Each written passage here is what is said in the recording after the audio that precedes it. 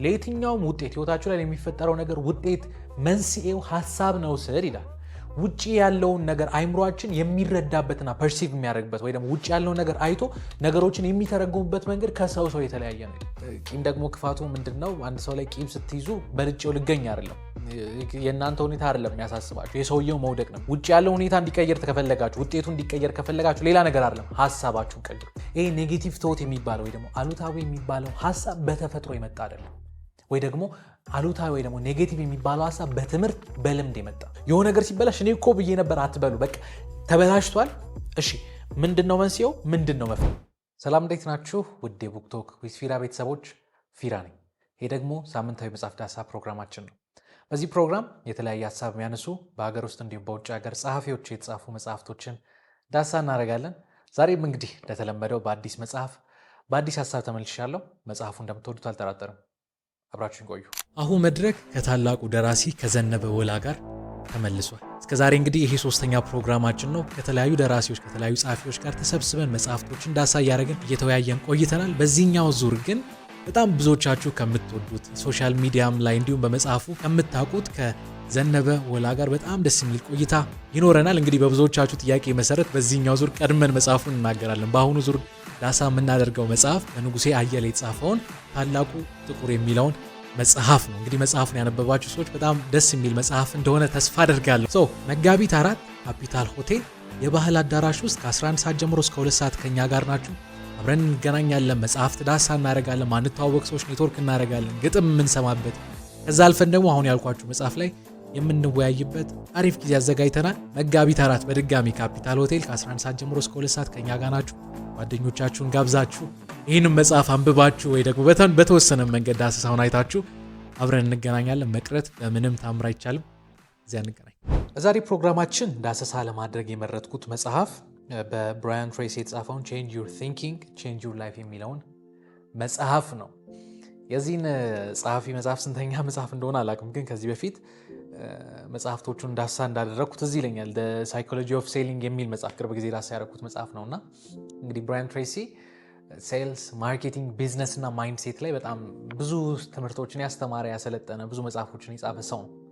እንግዲህ ዛሬ ለምንድነው ይህን መጽሐፍ የመረጥከው ካላችሁኝ፣ አንዳንድ ጊዜ ቀላል ብለን የምናስባቸው ወይ ደግሞ እንደ ቀላል በአይምሯችን የምንሸመድዳቸው ነገሮች ህይወታችን ላይ በጣም ትልቅ ተጽዕኖ ያላቸው እና እነዚህ ነገሮች አንዳንዴ መለስ ብለን ካላየናቸው ነገሮችን በምን አይነት መንገድ ነው ማየው፣ በምን አይነት መንገድ ነው ነገሮችን የማስበው የሚሉትን ነገሮች ቁጭ ብለን ካላጠናን አንዳንድ ጊዜ ቀላል የምንላቸው ነገሮች ብዙ ዋጋ ያስከፍሉናል። አንዳንድ ሰው እንደዛ አይደለም የሚሆነው። 2 ሰዓት 3 ሰዓት ከራሱ ጋር ጊዜ ላለማሳለፍ ይደክምና የህይወቱን 3 ዓመት 4 ዓመት ዋጋ እየከፈለ ይቆያል። አንዳንድ ሰው በቂም አይምሮ ይታሰርና በቃ ይሄ ቂም ስራ እንዳይሰራ ምን እንዳይል። ቂም ደግሞ ክፋቱ ምንድነው? አንድ ሰው ላይ ቂም ስትይዙ በልጬው ልገኝ አይደለም፣ የእናንተ ሁኔታ አይደለም የሚያሳስባችሁ፣ የሰውየው መውደቅ ነው የሚያሳስባችሁና አንዳንድ ጊዜ አይምሯችን በስራ ይደክማል፣ በብዙ ነገር ይደክምና እያሰራ ነው ስንቀጥል እኛ ራሳችን ማይሆን ውጤት እናመጣለን፣ ማይሆን ነገር ውስጥ ራሳችን እናገኛለን። ሰው አንዳንዴ ረጋ ብሎ የት ነው ያለሁት፣ እንዴት ነው ማስበው፣ አይምሮ በምን አይነት መንገድ ነው ነገሮችን እያመዛዘነ ያለው የሚሉትን ነገሮች ማየት አስፈላጊ ነው። ለዚህ ነው ዛሬ መጽሐፍ የመረጥኩት። ቼንጅ ዩር ቲንኪንግ ቼንጅ ዩር ላይፍ ይላል። እዚህ መጽሐፍ ላይ ጸሐፊው ህይወታችን ላይ በጣም ትልቅ ተጽዕኖ ስላለው በጣም ትልቅ ቦታ ያለው አንዳንድ ጊዜ እንደው ዙሪያችን ያሉትን ነገሮች እንደ ውጤት ሊያመጣ የሚችል በጣም ትልቅ አቅም ስላለው ነገር ነው የሚያወራው። ስለ ቶት ወይ ደግሞ ስለ ሐሳብ ስለሚባለው ነገር ነው እዚህ መጽሐፍ ላይ። መጽሐፉ በደንብ ሰፊ የሆኑ ምሳሌዎችን እየሰጠ የሚያነሳውና ይህ መጽሐፍ እንግዲህ ያነበባችሁ ሰዎች ካላችሁ አላቅም፣ ወይ ስለዚህ መጽሐፍ ሰምታችሁ የምታውቁ ሰዎች ካላችሁ አላቅም። አንድ ርዕስ ያነሳል። በሱ ርዕስ ስር ደግሞ በጣም ብዙ ትናንሽ ርዕሶች አሉ። አንድ ነገር ያነሳል። ካልሳሳትኩኝ እንደው የአንድ ገጽ ላይ 2-3 ምዕራፎችን ሌላ ትናንሽ ምዕራፎችን ታገኛላችሁ እና በተቻለ መጠን የመጽሐፉን ሐሳብ ጠበብ አድርጌ በ4 ቦታ ከፍዬ እንግዲህ 4 ብዬ በ4ቱ ስር የተወሰኑ ነገሮችን ልዘረዝርላችሁ ይችላሉ። ብራያን ትሬሲ እዚህ መጽሐፍ ላይ ምንድን ነው የሚያወራው ካላችሁ እንግዲህ በ4 ቦታ ከፍዬ ያሳያችኋለሁ። እንዳልኳችሁ ከመጀመሪያው ልጀምር። የመጀመሪያው ምዕራፍ ላይ እዚህ መጽሐፍ ላይ ጸሐፊ አስምሮ የሚያወራው ነገር how thoughts shape your mind ይላል። ሐሳብ እንዴት ህይወታችሁን ይቀርጻል ወይ ደግሞ ሐሳብ የሚባሉት ነገሮች ህይወታችሁን በምን አይነት መንገድ መቅረጽ እንደሚችሉ ለማሳየት ነው እዚህ ምዕራፍ ላይ ጸሐፊው ብዙ ምሳሌዎችን እየጠቀሰ የሚያወራው። ምንድነው የሚለው መጽሐፉ? የትኛውም አይምሯችን ውስጥ የሚፈጠር ሐሳብ ህይወት ላይ በቃ የምታስቡት ምንም ነገር አይደል የትኛውም ነገር ሲጀምር ከናንተ ቁጥጥር ውጪ ካለ ነገር ነው የሚጀምረው ይላል የትኛውንም ነገር ስታስቡ እናንተ ፈልጋችሁ ኦሪጂናሊ አይደለም ከናንተ ያን ሐሳብ መታመጡት ውጪ ካለ ነገር የሆነ ዜና ተሰማላችሁ የሆነ ሐሳብ እናንተ አይምሮ ውስጥ ይፈጠራል የሆነ ጓደኛ ያላችሁ ከሱ ጋር ጊዜ ታሳልፋላችሁ ስለዚህ ጓደኛችሁን እያሰባችሁ አይምሮአችሁ ውስጥ የሆነ ስዕል የሆነ ሐሳብ ይፈጠራል ውጪ ያለ ነገር ነው መጀመሪያ አይምሮአችሁ ውስጥ ሐሳብ እንዲፈጠር የሚያደርገው ምን ማለት ነው ሐሳብ ከመሬት ተነስቶ አይፈጠርም እንደማለት ነው ልጅ እያለን ይሄ ነገር ፕሮግራም ይሆን በባህል ፕሮግራም ይሆናል አይምሮአችን በቤተሰብ በስርዓት በምን እነዚህ ነገሮች ከውጪ ወደ አይምሮአችን ይመጣሉ አይምሮአችን ሲገቡ ሐሳብ ሆኖ እንደሚቀመጡ መጽሐፉ ይናገራል እነዚህ ሐሳቦች ግን ሐሳብ ብቻ ሆኖ አይቀርም አንድ ሐሳቡ ይብላላል እንግዲህ ስለዚህ ስለ ባዮሎጂ አውርተን ነበር ከዚህ በፊት እዚህ ካላችሁ ኒውሮን ብቻ አይደለም እነዚህ ኒውሮኖች አንድ ላይ ኮኔክት ያደርጉ ኒውሮኖች ፋየር ያደርጋሉ ከዚህ ፕሪፍሮንታል ኮርቴክስ ከሚባለው የአይምሮአችን ክፍል ከሚያመዛዝነው ሊምቢክ ወደሚባለው የአይምሮአችን ክፍል የሐሳብ ይሄዳል ወይ ደግሞ ስሜት ወደሚባለው ነገር ይቀየራሉ ብለን አውርተን ነበር አንደኛ ሐሳብ ሲመጣ ከውጪ ነው የሚመጣው ከውጪ የመጣው ሐሳብ አይምሮአችን ውስጥ ሐሳብ ሆኖ ይቀመጣል ሐሳቡ ይብላላል ወደ ስሜት ይቀየራል ወደ ስሜት የተቀየረ ነገር ደግሞ የጊዜ ጉዳይ ነው ወደ ተግባር ይቀየራል አንድን ሰው ከጠላችሁት የሆነ ነገር ሲያደርግ አያችሁ አይምሮአችሁ ውስጥ የሰውዬ ይጠላኛል የሚል ሐሳብ አይምሮአችሁ ውስጥ መጣ ስለዚህ ሰውየውን ስታገኙት የጥላቻ ስሜት የሚሰማችሁ ለምን ስለሚጠላችሁ የጊዜ ጉዳይ ነው የሆነ ነገር ነው የምትፈልጉት የሆነ ይሄ ልክ እንደ የተከማቸ ነዳጅ ማለት ትንሽ እሳት ካገኘ እንደሚፈነዳው ይከማችና ሰውየው የሆነ ነገር ሲያስቀይማችሁ ድሮም እኮ ትላላችሁ ወደ ተግባር ይሄዳል ወደ አንደበት ወደ ተግባር ይሄዳል ይሄ ነገር ሲደጋገም ሳታውቁት ወደ ማንነታችሁ ይሄዳል አንድ ሰው ጠልታችሁ አንድ ሰው አናዳችሁ ሊሆን ይችላል ከዛ በኋላ ግን ንዴት ብስጭት ጥላቻ መታወቂያችሁ ነው ወደ ህይወታችሁ ወደ ማንነታችሁ ይሄዳል ጻፊ ይሄ ማንነታችሁ ይሄ ባህሪያችሁ ከሆነ ሳታውቁት ውጭ ያለውን ሁሉንም ነገር ይቀርጻል ሪያሊቲያችሁን ውጭ ያለውን ነገር ሊቀርጽ እንደሚችል መጽሐፉ ይናገራል ተናዳጅ ከሆናችሁ የትም ቦታ ከሰዎች ከናንተ ጋር መስራት አይፈልጉም ስራችሁ ሲበላሽ ታያላችሁ ከሰዎች ጋር መግባባት ይከብዳችኋል ለምን ምክንያቱም እንደዚህ አይነት ባህሪ ካለ ሰው ጋር ማንንም አይቀጥል ጻፊ ምን መሰላችሁ ይሄ ሁሉ ነገር ግን ሲጀምር የጀመረው ይላል አሁን እዚህ ሐሳብ ላይ ነው ትንሽ መቆየት የምፈልገው ህይወት ላይ ኮዝ እና ኢፌክት የሚባል ነገር አለ መንስኤና ውጤት ወይ ደግሞ መንስኤና ተጽዕኖ የሚባሉ ነገሮች አሉ አንዳንድ ጊዜ ህይወታችን ላይ መጥፎ የሆነ ሁኔታ ውስጥ ምንገባው ማንፈልገው ህይወት ውስጥ ምንገባው ማንፈልገው የሥራ ቦታ በሉት ማንፈልገው ግንኙነት ማንፈልገው ትዳር ውስጥ ስንገባ ይሄ ሁሉ ነገር ሲጀምር የሚጀምረው ጻፊው ኮዝ ብሎ ወይ ደግሞ መንስኤ ብሎ የሚያነሳው ሐሳብ ከሚባል ነገር ነው ይላል አሁን እናንተ በሆን ጥያቄ የምጠይቀው ውጤቱ ህይወት ሊሆን ነው ማለት አሁን ያላችሁበት ቦታ አሁን ያላችሁበት ስራ ያልወደዳችሁት ከሆነ ወይ ደግሞ አሁን ለምንድን ያለውበት ቦታ የሆንኩት ብላችሁ ለሚይዛችሁ ከሆነ ጻፊው አሁን ያላችሁበት ቦታ የሆናችሁት በሐሳባችሁ ምክንያት ነው ምክንያቱም ሐሳባችሁ ነው ይሄን እውነታ የሚፈጥረው የሚል ሐሳብ ያነሳል አሁን ጥያቄ ልጠይቃችሁ መጠየቅ ያለበት ጥያቄ አንዳንድ ጊዜ እኮ የሆነ ስሜት እንዲሰማችሁ የሚያደርገው ሁኔታ ምንድነው የእናንተ ሐሳብ ብቻ አይደለም ከውጭ የሚነሳ ነገር ነው ቅድም ትዝ ይላችኋል የትኛውም ሐሳብ ሲጀምር የሚጀምረው ከእናንተ አይደለም ከውጭ ነው ብያችኋለሁ እና ጻፊ ለምንድን ነው ሐሳብ ምክንያት ያደረገው ምክንያት እኮ መሆን የነበረበት ውጭ ያለው ነገር ነው እንደውም ጻፊው አውተር ኢፌክት ውጭ ያለ ኢቨንት ይሏል ወይ ደግሞ አውተር ኢቨንት ኢፌክት ሳይሆን ኢቨንት ውጭ ያለ ኢቨንት ነው ውጭ ያለው ነገር ነው እንጂ ኮዝ ወይ ደግሞ መንስኤ መሆን ያለበት እንዴት የሰው ሐሳብ መንስኤ ይሆናል ምክንያቱም ከመሬት ተነስታችሁ አታስቡ የሆነ ሐሳብ እናንተ ውስጥ የሚጭረው ውጭ ያለ ነገር ነው ጻፊ ምን ይላል ለየትኛውም ውጤት ህይወታችሁ ላይ የሚፈጠረው ነገር ውጤት መንስኤው ሐሳብ ነው ስር ይላል ውጪ ያለውን ነገር አይምሮአችን የሚረዳበትና ፐርሲቭ የሚያደርግበት ወይ ደግሞ ውጪ ያለውን ነገር አይቶ ነገሮችን የሚተረጉሙበት መንገድ ከሰው የተለያየ ነው ይላል የሆነ ነገር አይታችሁ አንዳንድ ሰዎች በመልካም መንገድ ሊተረጉሙት ይችላሉ የሆነ ነገር አይተው አንዳንድ ሰው በመጥፎ መንገድ ሊተረጉሙት ይችላሉ ከስራ መባረር ለአብዛኛው ሰው ስታዩት እንዴት ከስራ አባረራለሁ ምን ማለት እንዴት ነው የሰው አይምሮ ውስጥ የሚጭረው ለአንዳንድ ሰው ግን ኦኬ አይ ጥሩ በቃ የተሻለ ነገር እንድፈልግ ምክንያት እየሆነ ይላል ብዙ ሰው እንደዚህ ያስብ ግን ደግሞ አንዳንድ ሰው እንደዚህ ያስብ እና ጻፊ ምን ያመሰላችሁ ተመሳሳይ ውጭ ያለን ሁኔታ አይተን ምንረዳበት ምን ተረጉምበት መንገድ የተለያየ ነው ስለዚህ ውጭ ያለው ነገር አይደለም ስሜትን የሚያመጣው ውጭ ያለን ነገር አይደለም አይምሮአችን ውስጥ ይሄ የሆነ ነገር እንድናይ የሚያደርገን ውጭ ያለውን ነገር አይተን ምን ተረጉምበት ሐሳባችን ነው ውጭ ያለው ምንድነው ውጤት የሚባለው ነገር የሚፈጥረው የሚል ሐሳብ ጻፊ ያነሳ ስለዚህ ውጭ ያለ ሁኔታ ማትቆጣጠሩት ከናንተ ቁጥጥር ውጭ ያለ ነገር ነው ውጭ ያለ ፖለቲክስ አትቆጣጠሩትም ገበያውን ማርኬቱን አትቆጣጠሩትም የሰውን ሐሳብ አትቆጣጠሩም እነሱን አይታችሁ ግን የምትተረጉሙበት መንገድ በኋላ ወደ ስሜት በኋላ ወደ ልማድ በኋላ ወደ ተግባር ከዛ ወደ ማንነት እያለ መጨረሻ ላይ ውጭ ያለውን ነገር ይቆጣጠራል ውጤቱን ይቆጣጠራል ስለዚህ ማትፈልጉት ውጤት ካለ መቀየር ያለባችሁ ማትፈልጉትን ሐሳብ እንደሆነ መጽሐፉ እዚህ ላይ በደንብ አስምሮ ይናገራል ምክንያቱም አይተን የምንተረጉምበት መንገድ ስለሚለያይ አንዳንድ ሰው ብሬክ አፕ ከሚወደው ሰው ጋር መለያየት በጣም በቃ የህይወት መጨረሻ ነው። እውነት ነው፣ ስሜታዊ ያደርጋቸዋል። ግን ያንን ሁኔታ አይቶ አንዳንድ ሰው ይሰበራል። ያ ሁኔታ አንዳንድ ሰው ሞር ይጠግነዋል። አንዳንድ ሰው የሆነ ቢዝነስ ጀምሮ ፌል ማድረግ በቃ እስከ መጨረሻው በቃ ይሄማ ፌል አድርጓል በቃ አለቀልኝ ብሎ ይሰበራል። ለአንዳንዱስ በቃ ይሄኛው ቢዝነስ አልሆነም፣ ከዚህ ቢዝነስ ደግሞ ኤክስፒሪየንስ ወስጃለሁ፣ ልምድ ወስጃለሁ፣ ወደ ሌላ ሊድ ደግሞ ይላል። ተመሳሳይ ሁኔታ ግን የተለያየ መረዳት እና ጻፊ ምን መሰላችሁ፣ ውጭ ያለው ሁኔታ አትቆጣጠሩ። ውጭ ያለውን ሁኔታ አይታችሁ ግን መልስ የምትሰጡበት መንገድ አሁን አይደለም በጊዜ ሂደት ህይወታችሁን መቀየር እንደሚችል ጻፊው አስምሮ ይናገራል። እዚህ ሀሳብ ላይ በደንብ መቆየት ፈልጋለሁ፣ ግን ካለኝ ሰዓት አንጻር ቶሎ ፈጠን እያልኩኝ እሄዳለሁ። ውጭ ያለውን ነገር አይታችሁ እንዲህ ነው ብላችሁ ከተረዳችሁ ቅድም ያልኩትን ሀሳብ ነው የምደግመው። ያ ሀሳብ ወደ ስሜት ይቀየራል። ስሜት ሆነ ማለት ወደ ተግባር ይቀየራል። ተግባር ሆነ ደግሞ ማለት ሮበርት ግሪን the 48 laws of power ከዚህ በፊት ዳስ አድርጌላችኋለሁ የሱ መጽሐፍ። ሰዎች አንድ ነገር አንዴ ብቻ አያደርጉም። ያ ነገር የሆነ ቀን መደገም አለበት። እልህኛ ትሆናላችሁ ሳታስቡት። ብስጭት መታወቂያችሁ ይሆናል። ያ ነገር ልማዳችሁ እየሆነ ይመጣል ማለት አንድን ተግባር ተደጋግሙታላችሁ። ሲደጋገም ሳታውቁት ያ ነገር መታወቂያችሁ ይሆናል። የሚናደደው ልጅ ትባላላችሁ ማለት የሚበሳጨው ልጅ ትባላላችሁ። መታወቂያችሁ ደግሞ በጣም በቃ የሚሰራ ልጅ፣ ጥሩ ባህሪ ያለው ልጅ፣ መልካም ባህሪ ያለው ልጅ፣ ታታሪ የሆነ ልጅ ወይ ደግሞ እንዲሆነችው እንግዲህ የራሳችሁን ስም ማስገባት ነው። በእንደዚህ አይነት መንገድ ልትቀረጹ ትችላላችሁ። ይሄ ባህሪያችሁ ዙሪያችሁን አካባቢያችሁን እንደሚቀይር መጽሐፉ ይናገራል። ጥሩ ባህሪ ካላችሁ የጊዜ ጉዳይ ነው። ጥሩ ስራ ከሚሰሩ ሰዎች ጋር መቆየታችሁ አይቀርም። ምክንያቱም ውጤታማ ስራ የሚሰራው ጥሩ አስተሳሰብ ካለው ሰው ጋር፣ ጥሩ ባህሪ ካለው ሰው ጋር። ይሄ ባህሪያችሁ ወይ ወደምትፈልጉት ዓለም ይወስዳችኋል ወይ ወደማትፈልጉት ዓለም ይወስዳችኋል። እና ጻፊው አንድ ቀላል የምትባል ሀሳብ እንግዲህ አሁን እየኖራችሁ ያለውን ህይወት አሁን ዙሪያችሁ ያለውን ነገር መቅረጽ እንደሚችል አስምሮ ይናገራል። ስለዚህ ውጭ ያለው ሁኔታ እንዲቀየር ከፈለጋችሁ፣ ውጤቱ እንዲቀየር ከፈለጋችሁ ሌላ ነገር አይደለም፣ ሀሳባችሁን ቀይሩ። ነገሮችን አይታችሁ የምትረዱበት እዚህ ውስጥ አይምሯችሁ ውስጥ ያለውን ዲክሽነሪ ቀይሩት ነው በሌላ ቋንቋ፣ ወይ ደግሞ አይምሯችሁ ውስጥ ያለውን መዝገበ ቃል ቀይሩት። ውጭ ያለው ሰው የሆነ ነገር ሊላችሁ ይችላል፣ የምትተረጉሙበትን መንገድ ቀይሩት። አንዳንዴ ከክፋትም ተነስቶ ሊያወራ ይችላል። ከጥላቻም ተነስቶ ከምቀኝነት ተነስቶ ልክም ሆኖ የሆነ ነገር ሊያወራችሁ ይችላል። ያንን የምትተረጉሙበትን መንገድ ቀይሩት። ለአንዳንድ ሰው ምንም ነገር ቢሰራ ውጭ ያለው ነገር መማሪያው ነው። ለአንዳንድ ሰው ምንም ነገር ቢሰራ ውጭ ያለው ነገር ማደጊያው ነው።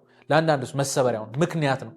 ምክንያት ፈልጎ የሚያለቅስ፣ ምክንያት ፈልጎ የሚናደድ፣ ምክንያት ፈልጎ ቶሎ ተስፋ የሚቆርጥ ሰው ካያችሁ ይሄ ውጭ ያለውን አይቶ የሚተረጉመው ዲክሽነሪ ችግር ስላለው እንደሆነ መጽሐፉ ይናገራል። ስለዚህ አንድ ቀላል የምትባለው ሀሳብ ህይወታችሁን የመቀየር ወይ ደግሞ ህይወታችሁን ሲኦል የማድረግ አቅም አለው። ስለዚህ የማትፈልጉት ቦታ ላይ ካላችሁት፣ የማትፈልጉት ውጤት ውስጥ ካላችሁ ያንን ለመቀየር ሌላ አይደለም ሀሳባችሁን ቀይሩ። ምክንያቱም የምንም ነገር ኮዝ የሚለው ውጭ ያለውን ሁኔታ አይደለም። የምንም ነገር ኮዝ ውጭ ያለውን ሁኔታ አይቶ የሚረዳው መዝገበ ቃል ወይ ደግሞ ሀሳብ የሚባለው ነው። ይሄ እንግዲህ የመጀመሪያው ነው ጸሐፊው የሚያነሳው። ሁለተኛው ከዚህ መጽሐፍ ልትወስዱት የምትችሉት እዚህ መጽሐፍ ላይ ይበልጥ ያመዝናል ብዬ የመረጥኩት ሀሳብ how to change negative thought የሚለው ሀሳብ። አሉታዊ ሀሳቦችን እንዴት ልንቀይር እንችላለን? ለአንዳንድ ሰው ማውራው ነገር ቀላል ሊመስል ይችላል። በነገራችን ላይ ለአንዳንድ ሰው ግን የሚቸገርበት የሚታገልበት ነገር ነው። በተለይ ደግሞ ቂም ሲሆን፣ በተለይ ደግሞ ጥላቻ ሲሆን ኢማጂን ለረጅም ጊዜ የምትጠሉትን የምትበሳጩበትን ሰው ያን ሀሳብ መተው አለብን ነው እንግዲህ እዚህ መጽሐፍ ላይ የሚያወራው ሀሳብ። ምክንያቱም ካልተዋችሁት የሆነ ቦታ ይዛችኋል። ቂም፣ ጥላቻ፣ ሰው ፊት ቆሞ ለማውራት በራስ መተማመን ማጣት፣ የሆነ ነገር ለመስራት ገና ለመስራት ስታስቡ ይሄም አይሆንም እንዲህም አይሆንም ኔጌቲቭ የሆኑ በአንድም በሌላ መንገድ የምትሰሩትን ስራ ህይወታችሁ ላይ የሚያደናቅፋችሁን ነገር አልፋችሁ መሄድ ከፈለጋችሁ እነዚህን ሀሳቦች ለመረዳት ሞክሩ ነው ጸሐፊው እዚህ ሀሳብ ላይ የሚያነሳው። ምክንያቱም አንዳንዴ እንዴት ነው አዲስ ነገር ለመጨመር ወይ ደግሞ አዲስ ነገር ለመፍጠር መጀመሪያ አሮጌው መውጣት አለበት አይደለ? ኔጌቲቭ ቶት እያለ አዲስ ነገር ዛሬ ልፍጠር ብሎ ማለት መታገል ትግል ነው በራሱ ሌላ ትግል ነው። ሌላ ተናዳጅ፣ ሌላ ስሜታዊ የሆነ ማንነትን ለመፍጠር ምክንያት ነው የሚሆነው። ስለዚህ መጀመሪያ አይምሮ ሀሳብ እንዲቀየር ኔጌቲቭ የሆኑ አይምሮአችን ውስጥ የተቀመጡ የተሰገሰጉ ማያስፈልጉትን ሀሳቦች ማውጣት አለብን። በተለያየ በማትፈልጉት ኔጌቲቭ ሀሳብ ውስጥ ላላችሁ ሰዎች ጸሐፊው ስለነዚህ አሁን ማውራቸውን ሀሳቦች ለመረዳት ሞክሩ ይላል። ይህን ሀሳብ ሙሉ በሙሉ ማውጣት ከፈለጋችሁ የመጀመሪያው መጽሐፉ እዚህ ኔጌቲቭ ሀሳብ ውስጥ መረዳት ያለብን ብሎ የሚያወራው ነገር ይሄ ኔጌቲቭ ቶት የሚባለው ወይ ደግሞ አሉታዊ የሚባለው ሀሳብ በተፈጥሮ የመጣ አይደለም። ወይ ደግሞ አሉታዊ ወይ ደግሞ ኔጌቲቭ የሚባለው ሀሳብ በትምህርት በልምድ የመጣ ማለት ነው። በልምድ ወይ በትምህርት የመጣን ነገር በልምድ ወይ ደግሞ በትምህርት ይሄ ልታወጡ ትችላላችሁ ወይ ደግሞ ልትቀይሩ ትችላላችሁ።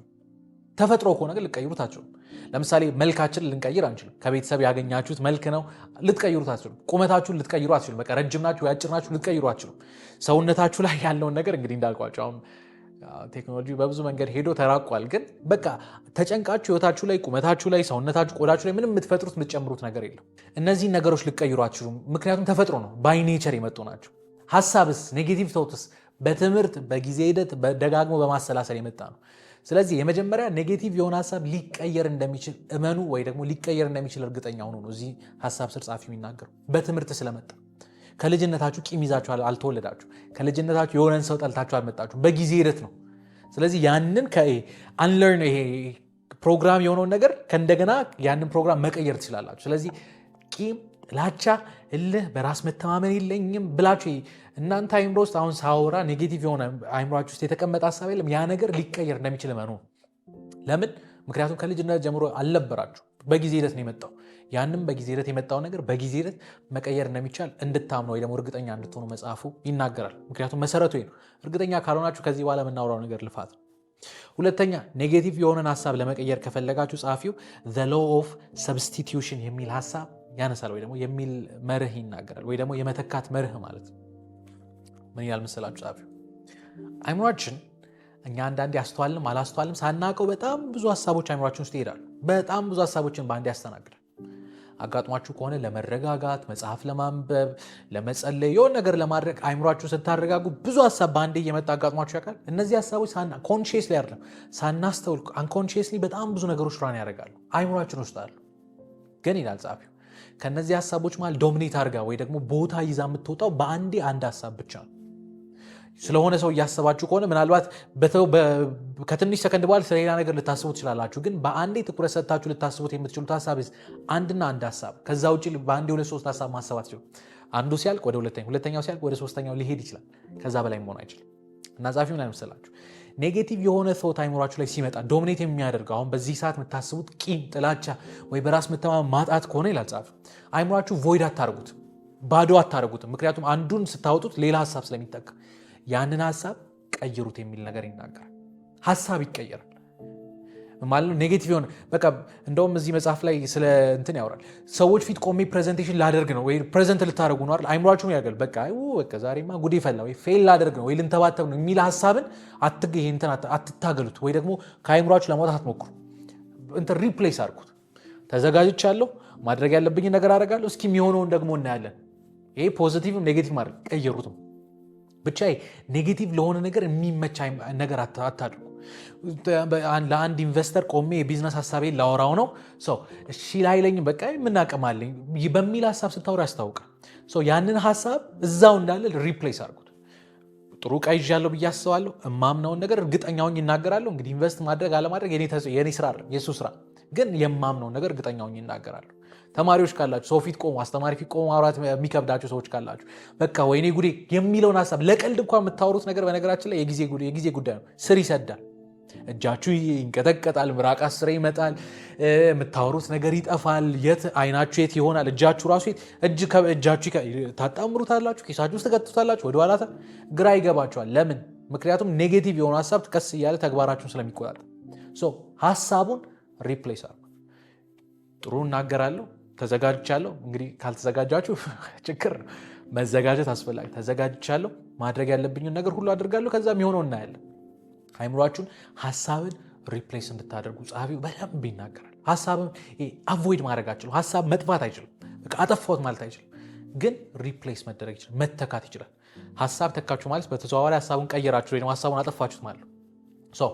ኔጌቲቭ ነገር ሲመጣ ከአይምሯችሁ ለማውጣት ከመታገል ሪፕሌስ አድርጉት። አንዳንዴ ከሱ በተቃራኒ በሆነ ነገር ሪፕሌስ ልታደርጉ ትችላላችሁ። ለምሳሌ የሚያናዳችሁ ሰው አይምሯችሁ ላይ ሲመጣ ሪላክስ የሚያደርጋችሁ ሙዚቃ ስሙት። ሪፕሌስ ማድረግ አንደኛው እሱ። በቃ አይምሯችሁ ይሄ በኔጌቲቭ ነገር ስትሮንግ የሆነውን ነገር አላሉት ማለት ነው። እየላላ ሲመጣ በጊዜ ሂደት እንደ በፊቱ ጠንካራም አይሆንም። ሪፕሌስ ማድረግ ማለት እሱ እንደሆነ መጽሐፉ ይናገራል። ሌላኛው ኔጌቲቭ የሆነን ሐሳብ ለማቆም ከፈለጋችሁ ቢ ሶሉሽን ኦሪየንትድ የሚል ሐሳብ ጸሐፊ ያነሳል። ወይ ደግሞ መፍትሄ ተኮር አስተሳሰብ ይኑራችሁ። አይምሯችሁን በእንደዚህ አይነት መንገድ አሰልጥኑት፣ ወይ ደግሞ ዋይር አድርጉት። ምን ማለት ነው? አንዳንድ ሰዎች አጋጥሟችሁ ያውቃል? እናንተም ልትሆኑ ትችላላችሁ። የሆነ ችግር ሲፈጠር ቦግ የሚናደድ ጣት የሚቀስር እኔ እኮ ድሮም ብዬ ነበር። አንዳንዴ እንዲህ የምታደርጉ ሰዎች ካላችሁ በነገራችን ላይ ጥሩ አይደለም።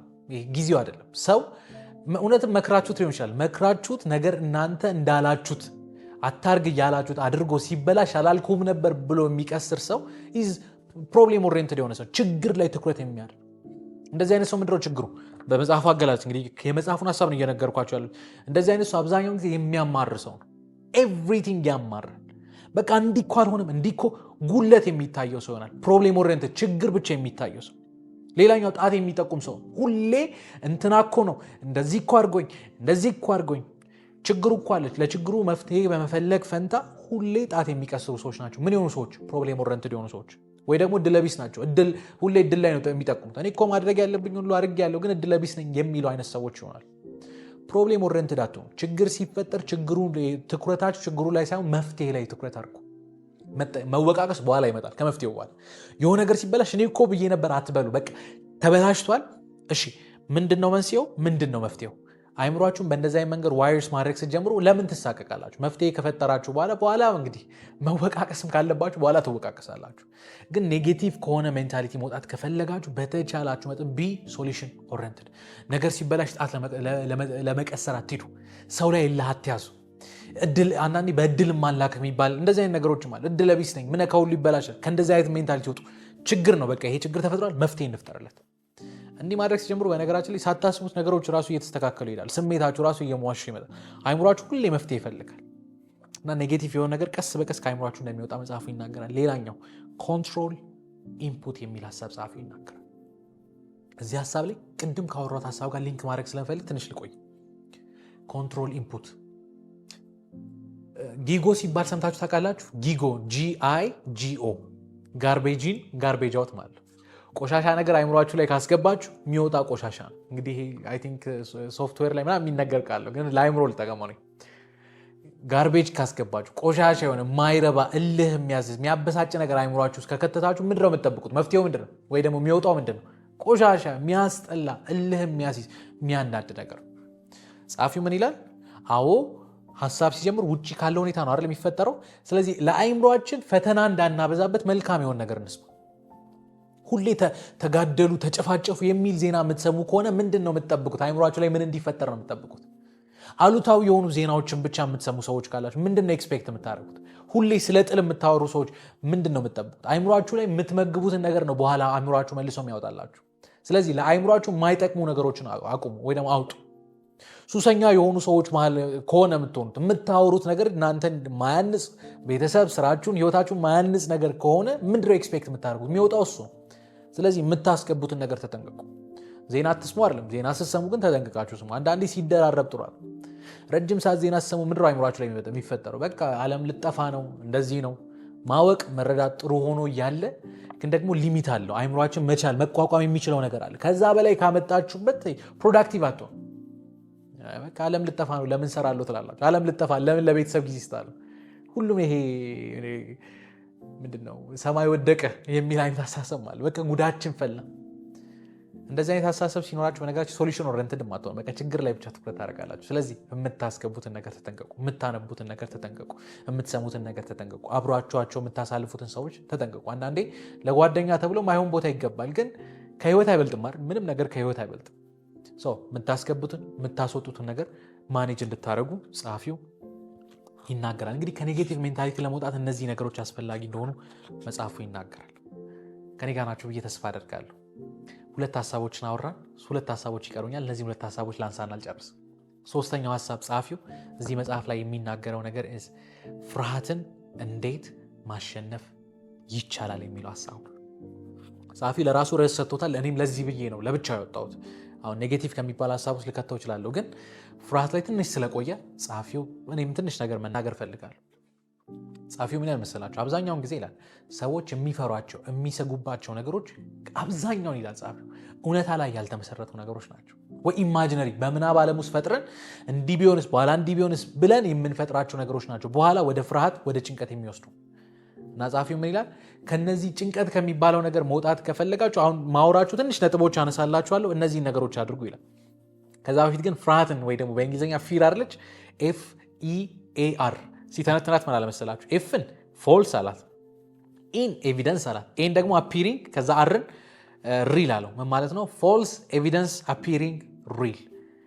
ፍርሃትን በአማርኛ ስታመጡት የሐሰት ማስረጃዎች እውነት መስለው ሲታዩ ማለት ነው። እውነት አይደለም ግን ቁጭ ብላችሁ ነገ እንዲህ ቢሆንስ፣ እከሌ እንዲህ ቢለኝስ፣ እንዲህ አይነት ነገር ቢፈጠርስ ብላችሁ እውነት እኮ አይደለም ግን አይምሯችሁ እንዲህ ቢሆንስ ብላችሁ ስታስቡ አይምሯችሁ ምን ያደርጋል መሰላችሁ? ስዕል ይስላል። አይምሯችሁ ስዕል ሲስል ሰውነታችሁ ወይ ደግሞ ሰብኮንሺየስ ማይንዳችሁ እውነት ይሁን አይሁን አያውቅም፣ ስዕል ይሰራል። ይሄ ስዕል አይምሮ ሲፈጠር ሰብኮንሺየስ ማይንድ ወይ ደግሞ ሰውነታችሁ እውነት ይሁን አይሁን አያውቅም። ይሄን ቪዲዮ ስታዩና አይምሯችሁን ጨፍናችሁ ይሄን ቪዲዮ ምን ሊመስል ይችላል ባችሁ በምናባችሁ ስስሉ ለሰውነታችሁ ተመሳሳይ ነው፣ ለሰብኮንሺየስ ተመሳሳይ እውነት እንደሆነ ያስብና ስሜት ሰውነታችሁ ያመነጭ። ስለዚህ የሆነ የሚያናዳችሁን ሰው እያሰባችሁ እንዲህ አላረገውም እኮ ቢያረግስ ብላችሁ እያሰባችሁ ሰውነታችሁ የምር ይናደዳል። ፎልስ ኤቪደንስ አለውና አፒሪንግ ሪል ውሸት ነው፣ የሐሰት ማስረጃ ነው። ማስረጃው ግን አለ። አይምሯችሁ ሰብኮንሺየስ ማይንዳችሁ ስዕል አይቶ ነው እንዲህ ቢሆንስ ብሎ ስዕል ስለሳላችሁለት ነው እውነት የመሰለው። እውነት ስለመሰላችሁ እናንተ የምር ትናደዳላችሁ፣ የምር ትበሳጫላችሁ። ፍርሃትና ጭንቀት የሚባለው ነገር ከዛ ይመነጫሉ። መጽሐፉ ብዙ ጊዜ ሰዎች በእነዚህ 4 ፍርሃቶች ይያዛሉ ይላል። ስለ 4 አይነት የፍርሃት አይነቶች ልንገራችሁ እንደው ፈጠን ብዬ። የመጀመሪያው ፍርሃት የውድቀት ፍርሃት ነው። ሰዎች የሆነ ነገር ጀምሬ ፌል ባደርግስ፣ ይህ አንዳንድ ጊዜ ባይ ዲፎልት የሆነ ሀሳብ ነው። የሆነ አዲስ ነገር ስንጀምር በቃ እንዲህ ቢሆንስ፣ ባይሳካስ፣ እንዲህ ፌል ቢያደርግስ የሚል ሀሳብ አለ። ይህ ብዙ ጊዜ ሰዎች ላይ የሚታይ ፍርሃት ነው። ሁለተኛው የሪጀክሽን ወይ ደግሞ ተቀባይነት የማጣት ፍርሃት። ሀሳብ ሰጥታችሁ እንዲያድርጌ ኢንተርቪው አድርጋችሁ ሰዎች ባይቀበሉኝስ፣ ሰዎች እሺ ባይሉኝስ የሚል ፍርሃት ብዙዎቻችን ጋር ያለ ፍርሃት። ሶስተኛው የማጣት ፍርሃት። እጃችሁ ላይ ያለ ነገር ባጣውስ፣ ጓደኛዬን ባጣስ፣ ቤተሰቤን ባጣስ፣ ብቻ እጃችሁ ላይ ያለ አንዳንድ ጊዜ ሀብትም ባጣስ ይባላል። በልፋት የመጣ ነገር እንዲህ ቢሆንስ፣ እንዲህ ባጣስ፣ እንዲህ ቢከስርስ የሚል ፍርሃት ብዙ ሰው ጋር እንዳለ መጽሐፉ ይናገራል። ሌላኛው ሰዎች የምንፈራው ነገር የማናቀውን ነገር እንፈራለን ይላል ጸሐፊው። የማናቀው ነገር ማለት አንዳንዴ ፕሪዲክተብል አልሆን ሲል፣ ለምሳሌ ከኢንቨስትመንት አንፃር አይምሮ ላይ የመጣው ምሳሌ ልንገራችሁ። አንድ ዘርፍ ላይ ኢንቨስት ማድረግ ፈለጋችሁና ተቋሙ የሚሄድበት ነገር እርግጠኛ አይደለም፣ እያተረፈ ሂድ በኋላ ይክሰር የሚለውትን ነገር አታውቁም። ስለዚህ እዚህ ላይ ገንዘብን አውጣ ብትባሉ ትፈራላችሁ። አይ ይሄ ተቋም በኋላ ምን ሊፈጠር እንደሚችል ስለማላቅ እርግጠኛ አይደለሁም ትላላችሁ። ይሄ ቋሚ ባህሪ የሌለው ሰው በኋላ ምን ሊፈጠር በኋላ ምን ሊገምት እንደሚችል ይሄ አንድ ነገር አድርጋችሁለት በምን አይነት መንገድ ሪያክት ሊያደርግ በምን አይነት መንገድ ሊቀበለው እንደሚችል ማታውቁት አይነት ሰው አለ አይደል? ግራ የገባው ሰው። እንደዚህ አይነት ሰዎችን ልንፈራ እንደምንችል መጽሐፍ ይናገራል። እንግዲህ እነዚህ ፍርሃቶች ብዙዎቻችን ጋር ያሉ ናቸው። ለእነዚህ ፍርሃቶች ምን አይነት መፍትሄ እንውሰድ ካላችሁ ጸሐፊው የተወሰነ መፍትሄ የሚላቸው ነገሮች ልንገራችሁ። የመጀመሪያው ከፍርሃት መውጣት ከፈለጋችሁ ፍርሃት is an emotional reaction ይላል። fear is an emotional reaction።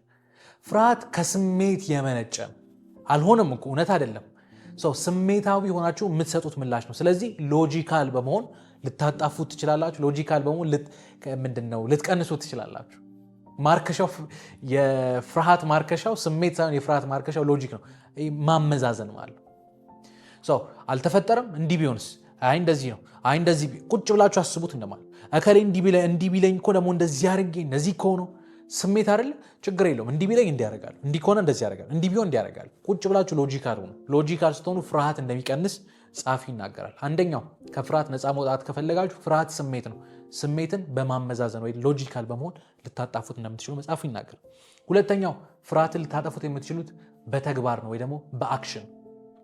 አንዳንዴ በኋላ ብከስርስ፣ በኋላ ደግሞ እንዲህ ቢሆንስ፣ በኋላ እንዲህ ቢሆንስ ብላችሁ የምትፈሯቸው ነገሮች አሁን በተግባር ልትቀይሩ የምትችሏቸው ነገሮች ናቸው።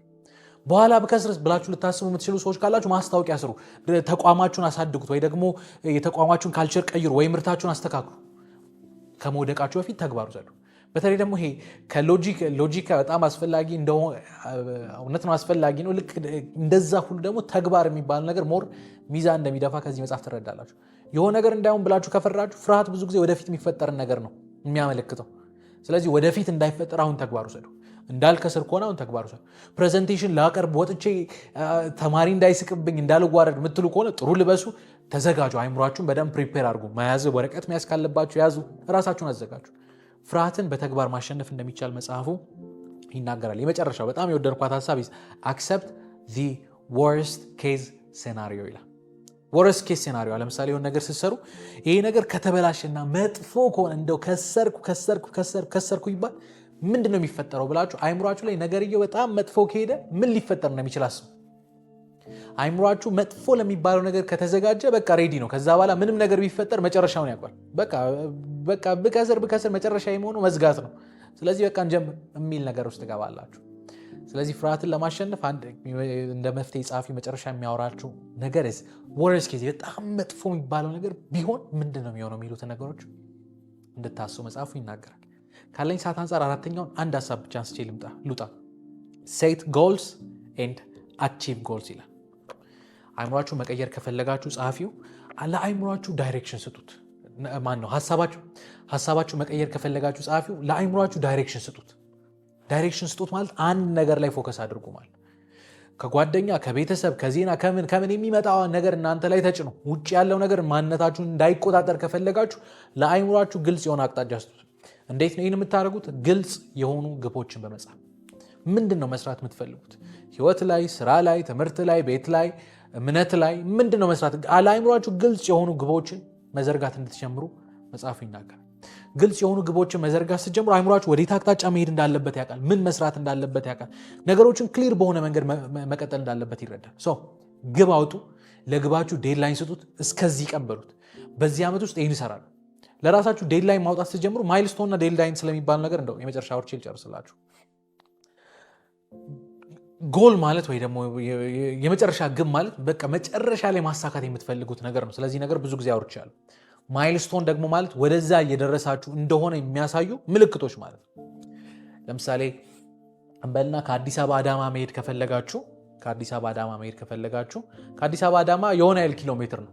ወደ አዳማ እየደረሳችሁ እንደሆነ ብዙ ቦታ አይታችሁ ከሆነ በድንጋይ ይሄን ያህል ኪሎ ሜትር ወይ ደግሞ በቦርድ ይሄን ያህል ኪሎ ሜትር ሄዳችኋል። አዳማ ለመድረስ ይሄን ያህል ኪሎ ሜትር ይቀራችኋል። ሄድና 2 ኪሎ ሜትር ቀራችሁ፣ 3 ኪሎ ሜትር ቀራችሁ፣ 10 ኪሎ ሜትር ቀራችሁ፣ 20 ኪሎ ሜትር ቀራችሁ ብሎ ያስቀምጥላችኋል። ማይልስቶን ማለት እንደዛ ነው። የዚህ ዓመትን ግብ አውጡና በዚህ ዓመት ግብ ላይ የዛ ቦታ ላይ ለመድረስ በ3 ወር ጊዜ ውስጥ የሆነ ያህል ፕሮግረስ መኖር አለበት። በ6 ወር ውስጥ የሆነ ያህል፣ በ9 ወር ውስጥ የሆነ ያህል፣ በ12 ወር ውስጥ የሆነ በአመቱ መጨረሻ ማለት። ስለዚህ ማይልስቶኖች ይኖራችሁ፣ ትልቅ ግብ ይኖራችሁ። እነዛን ግቦች ከፋፍላችሁና በትናንሽ ማይልስቶኖች አስቀምጧችሁ። እንዲህ ስታደርጉ አይምሯችሁ ወዴት ማሰብ እንዳለበት ያውቃል፣ ምን እንደሚፈልግ ያውቃል። ለዛ ደግሞ ራሱ ማዘጋጀት እንዳለበት መጽሐፉ እንደሚረዳ ይናገራልና እኔ እንግዲህ ብራያን ትሬሲ የተጻፈውን ቼንጅ ዩር ቲንኪንግ ቼንጅ ዩር ላይፍ የሚለው መጽሐፍ በዚህ መንገድ አየሁት። መጽሐፉ እንዴት አያችሁት? ስለዚህ መጽሐፍ ያላችሁን አስተያየት ከስር በማስቀምጥላችሁ የሶሻል ሚዲያ አማራጮች ገብታችሁ ልጽፉልኝ ትችላላችሁ። ከኔ ጋር ግን በዚህ ሳምንት የነበረን ቆይታ ይህን ይመስላል። ቀጣይ ሳምንት እንዲሁ በአዲስ ሀሳብ እንገናኛለን። የቀጣይ ሳምንት ሰዎች ይበላል። መልካም ሳምንት ባይ። አሁን መድረክ ከታላቁ ደራሲ ከዘነበ ወላ ጋር ተመልሷል። እስከዛሬ እንግዲህ ይሄ 3ኛ ፕሮግራማችን ነው። ከተለያዩ ደራሲዎች ከተለያዩ ጸሐፊዎች ጋር ተሰብስበን መጽሐፍቶችን ዳሳ እያደረግን እየተወያየን ቆይተናል። በዚህኛው ዙር ግን በጣም ብዙዎቻችሁ ከምትወዱት ሶሻል ሚዲያም ላይ እንዲሁም በመጽሐፉ ከምታውቁት ከዘነበ ወላ ጋር በጣም ደስ የሚል ቆይታ ይኖረናል። እንግዲህ በብዙዎቻችሁ ጥያቄ መሰረት በዚህኛው ዙር ቀድመን መጽሐፉን እናገራለን። በአሁኑ ዙር ዳሳ የምናደርገው መጽሐፍ በንጉሴ አየለ የተጻፈውን ታላቁ ጥቁር የሚለውን መጽሐፍ ነው። እንግዲህ መጽሐፉን ያነበባችሁ ሰዎች በጣም ደስ የሚል መጽሐፍ እንደሆነ ተስፋ አደርጋለሁ። መጋቢት 4 ካፒታል ሆቴል የባህል አዳራሽ ውስጥ ከ11 ሰዓት ጀምሮ እስከ 2 ሰዓት ከኛ ጋር ናችሁ። አብረን እንገናኛለን። መጽሐፍት ዳሳ እናደርጋለን። ማንተዋወቅ ሰዎች ኔትወርክ እናደርጋለን። ግጥም የምንሰማበት፣ ከዛ አልፈን ደግሞ አሁን ያልኳችሁ መጽሐፍ ላይ የምንወያይበት አሪፍ ጊዜ አዘጋጅተናል። መጋቢት 4 በድጋሚ ካፒታል ሆቴል ከ11 ሰዓት ጀምሮ እስከ 2 ሰዓት ከኛ ጋር ናችሁ። ጓደኞቻችሁን ጋብዛችሁ ይህንም መጽሐፍ አንብባችሁ ወይ ደግሞ በተወሰነ መንገድ ዳሰሳውን አይታችሁ አብረን እንገናኛለን። መቅረት በምንም ታምር አይቻልም። እዚያ እንገናኛለን።